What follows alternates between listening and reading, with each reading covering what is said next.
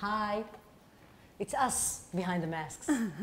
And we're here to talk about some new things going on in the employer branding world. What we want to discuss with you today is some topics that we feel that are very new to the world of employer branding and that are very important for companies to deal with. We've been experienced and working with employer branding projects for the last 5 years, and we've noticed the shift from explaining to customers why they should go and do employer branding projects to explaining to customers how it should be done correctly. When we talk about our community of HR executives and of marketing executives, everybody understands that employer branding is a must. And what we want to discuss with you today is on the new generation of employer branding. It emerged a little bit before COVID as we saw it, and COVID just gave it a boost and accelerated this process of shifting from traditional employer branding to the new employer branding, to the next generation employer branding. And one of the topics that is one of the main pillars in this new generation employer branding as we see it is purpose marketing. And that's what we want to discuss today. So what is purpose marketing? The way we see it, it's about the company being good rather than being good at what they do. And we understand that all company stakeholders, and first and foremost our employees, are expecting the company to be a good company, to be purposeful, to do good for its environment, to do good for its community. And that's basically what purpose marketing is about, is how we can engage our stakeholders and our clients provide to a greater purpose than just the company's bottom line. But then there's a paradox. Yeah, there is a paradox. There's always here. a paradox, right?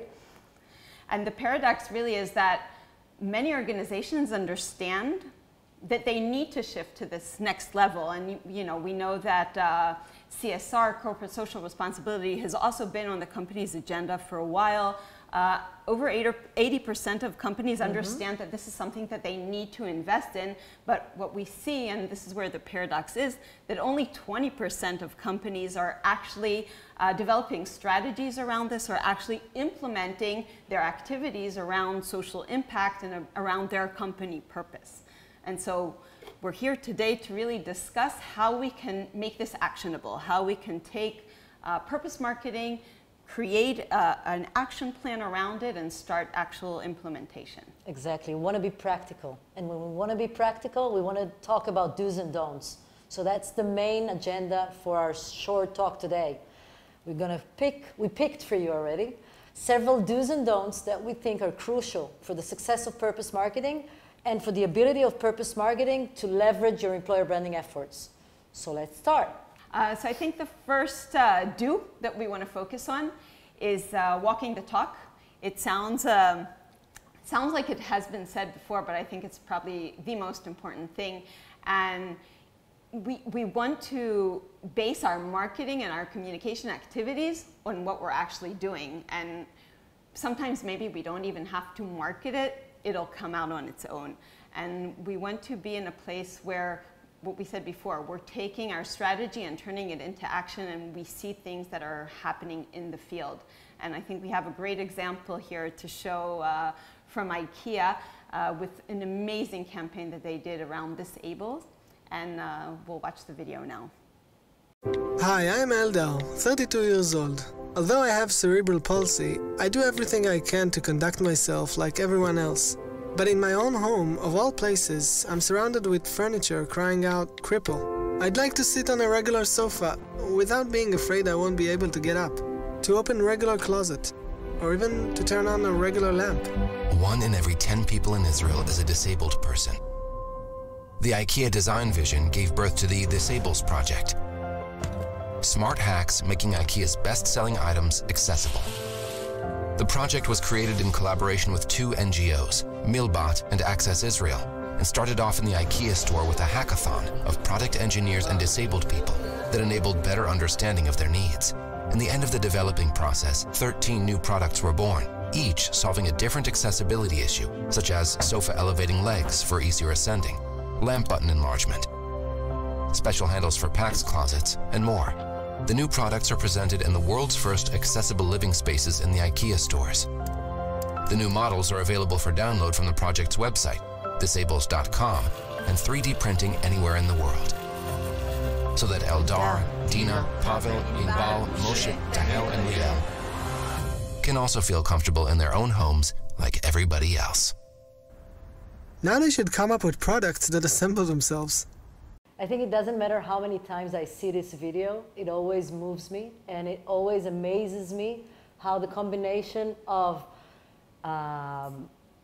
very, very strong commitment to purpose and the ability of the company to support this purpose with the products which are in the core business of this company, how it comes together to this perfect idea that was developed by IKEA or IKEA, depends where you come from.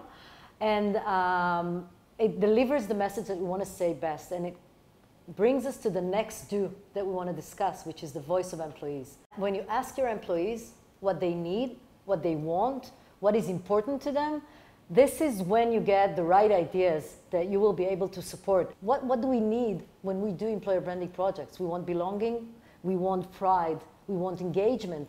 When you ask employees what they feel and what they need and what is important to them, and you take this and implement it as part of your purpose marketing plan and as part of your internal communication plan and as part of your plan for the community, this is when you get exactly that.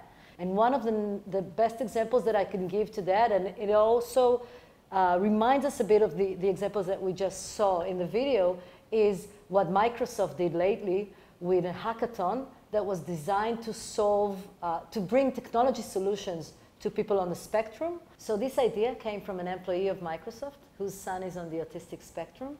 She brought the idea, and as soon as she brought it to the table and the company understood how important it is to her, they were able to leverage this to this amazing hackathon that is already handled for the second year in a row and brings amazing solutions to people on the spectrum. So this is just an example of how to leverage the voice of your employees. A strong do. Our next point is actually a don't, and what we call don't Shutterstock storytell. And it goes back to telling your authentic story and finding your authentic tone of voice, right? So we don't want to base our activities and our marketing communications around events that we don't really have a part in. We don't want to greenwash any of the activities. Not every Day of the Cat or Popcorn Day is an excuse to create a campaign around it. And I think we probably have seen this example go around during COVID days, how every video essentially looked the same at the end of the day. So let's remind ourselves of what not to do in this field. When we first opened our doors. Since 1926. Since 1978. For 60 years. For 75 years. For over 80 years. In 90 years. Over 100 years. Nationwide has been on your side. Restaurants have always been there for you. Nissan has been with you through thick and thin. We will do what we've always done. Take care of people. We're people. People. People. People. People. People and family. Family. Family. Family. Family. Family. Family. Family. Family. Families. Families. Families. Even now. Especially now. Especially now. Right now. Now more than ever. More than ever. Today, more than ever. Today, more than ever. In times like this. So if we're talking about don'ts, let's talk about one of my favorites, which is never walk alone. This is something that I believe in personally in my life as well. Everybody immediately thinks about NGOs, which is the immediate suspect, and we will usually find the right NGO that is working on this purpose that we can support, because that's part of being in a community. But what I'm talking about right now is finding other partners within your ecosystem, partners whom you work with on a regular basis. Discuss with your employees to find out who are their suppliers, who are their business partners, who are the distributors that they work with, and that they think that can be part of this coalition, and that together you can create something greater than what you would be able to create alone. And there's also a byproduct, and this is your positioning as a company, your positioning as an employer. So we're going back to the do's now, and this one is about thinking global but acting local. And it's a bit counterintuitive to where we are in these times where, you know, we're here in Israel, you're all out there.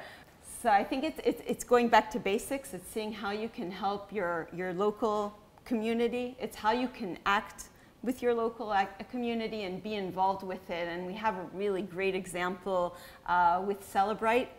They're launching their recognition program these days, and the recognition program says that when you want to recognize one of your colleagues, you give them a little gift.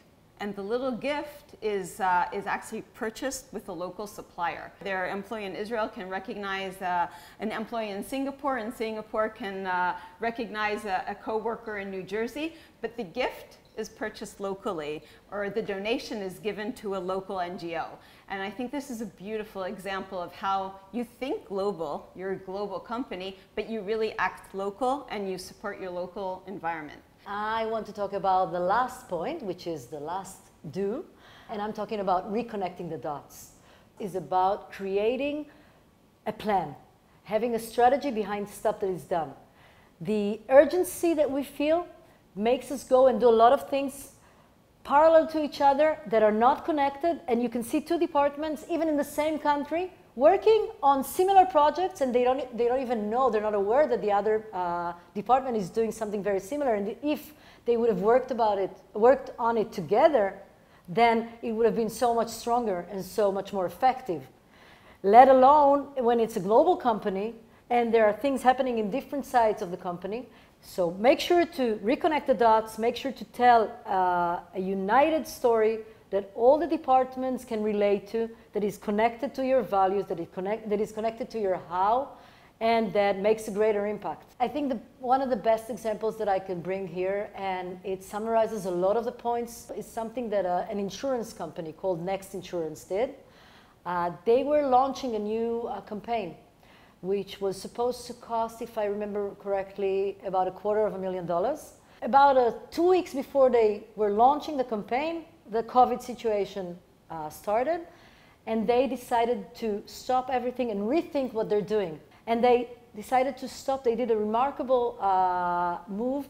They gathered their employees within the communities that they have within the companies, and they discussed it with them. And they asked their suggestions on what to do. And the result is what you will see in this video.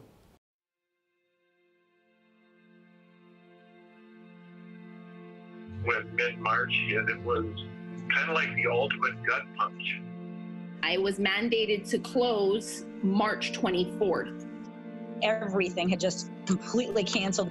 About $12,000 worth of weddings just for March. And then April canceled, and then May is canceled. We lost everything in a very short amount of time. And that's the reality that we're living in right now.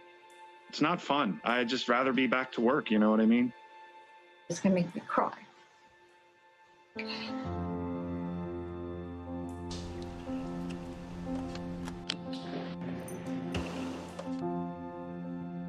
I'm going to be making a table. Gonna go dig. Dance. Build. Feeding people. Performing. Here we are. We're down in the living room. You ready to learn salsa? Let's get to it. Here you go.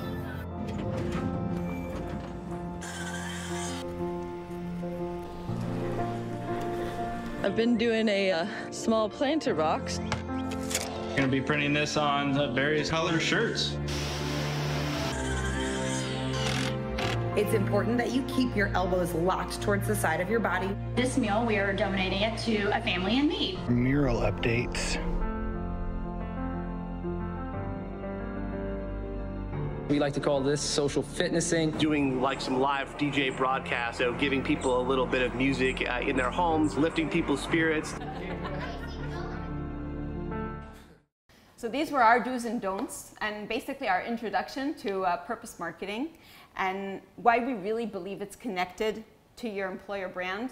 And what we feel is that when we involve purpose marketing in employer branding, it really gives it that boost that it needs. It really gives it that extra flavor.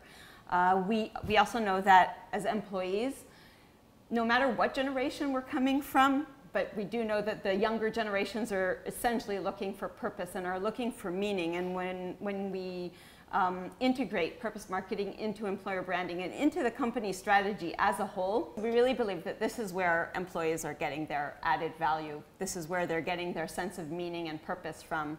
And we really think that this is going to give them the reason why they want to come work for you, for an organization who is investing in a purpose, who is investing in the greater good. I hope we gave you some food for thought here today, and we thank you all for joining us today. Thank you. See you next year in Lisbon.